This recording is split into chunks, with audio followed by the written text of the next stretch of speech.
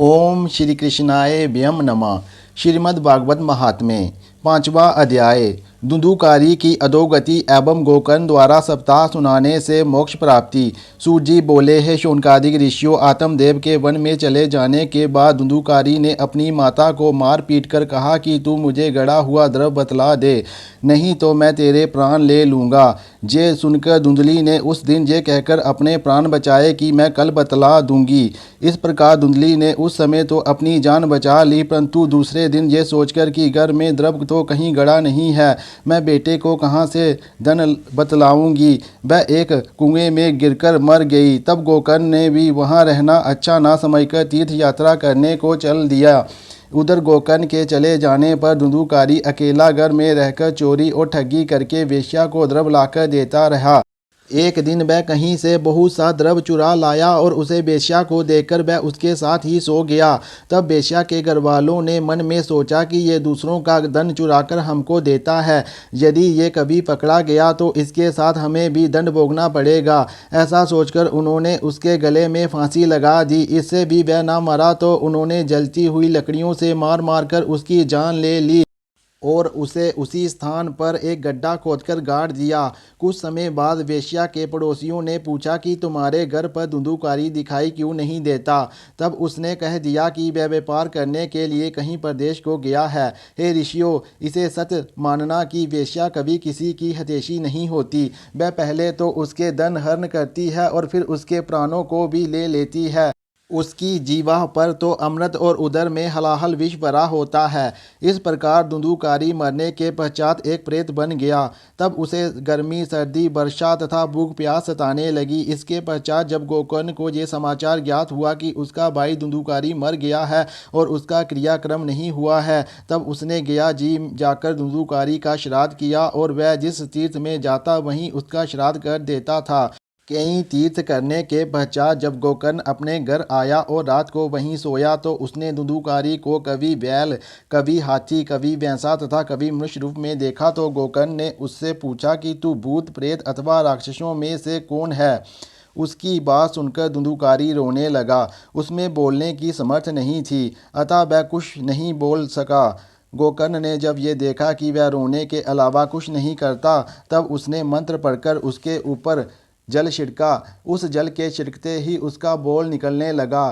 तब उसने कहा, हे गोकर्ण, मैं तुम्हारा भाई धुंधुकारी हूँ। मुझे वेश्या ने फांसी लगाकर मार डाला था। इससे मुझे खाने पीने को कुछ नहीं मिलता है। मैं केवल वायु ग्रहण करके ही जीवित रहता हूँ। अतः अब तुम आ गए हो तो मेरे इस प्रेत योनि से किसी प्रकार उद्धार करो। धुंधुकारी की बात सुनकर गोकर्ण ने कहा, मैंने तो तेरे उद्धार के लिए गया आदि सभी तीर्थों में श्राद्ध किया था, फिर भी तू प्रेत योनि से क्यों नहीं छूटा। वह कहने लगा, चाहे तुम हजारों श्राद्ध करो, परंतु मैं घोर पापी होने के कारण सहज ही मोक्ष नहीं पा सकता।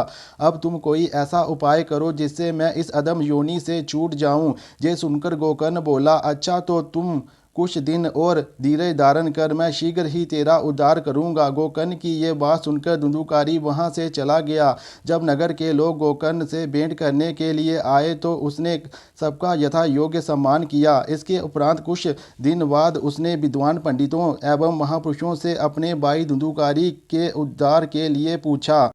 पंडितों ने बतलाया कि इसके उद्धार का उपाय सूर्य भगवान ही बतला सकते हैं, इसलिए तुम सूर्यदेव की आराधना करो। जय कह पंडित चले गए। तब गोकर्ण ने सूर्यदेव का पूजन तथा चिंतन करना शुरू किया। उसकी भक्ति से प्रसन्न होकर सूर्यदेव प्रकट हुए। तब उसने हाथ जोड़कर उनसे ये प्रार्थना की कि हे सूर्यदेव, अब आप मुझे धुंधुकारी के उद्धार का उपाय बताने की कृपा करें। तब सूर्यदेव ने कहा कि तुम श्रीमद् भागवत की सप्ताह धुंधुकारी को सुनाओ, उसी से उसका उद्धार होगा। तब गोकर्ण ने विद्वान पंडित, योगी और महात्माओं को बुलाकर श्रीमद् भागवत का सप्ताह यज्ञ प्रारंभ किया। उस कथा को सुनने के लिए बहुत से नगर निवासी भी आए और धुंधुकारी भी आकर एक 7 गांठ वाले बांस के ऊपर बैठकर उस कथा को सुनने लगा। जब प्रथम दिन की कथा संध्या के समय समाप्त हुई और सुनने वाले उठ उठकर घर जाने लगे, उस समय जिस बांस पर धुंधुकारी बैठा था उसकी पहली गांठ फट गई। दूसरे दिन कथा की समाप्ति पर दूसरी गांठ फट गई। इसी प्रकार 7 दिन में बाँस की सातों गांठें चटक गई। तब उस सप्ताह परायण के सुनने से धुंधुकारी ने दिव्य रूप धारण किया। उस समय उसका चतुर्भुज रूप विष्णु भगवान जैसा प्रतीत हो रहा था।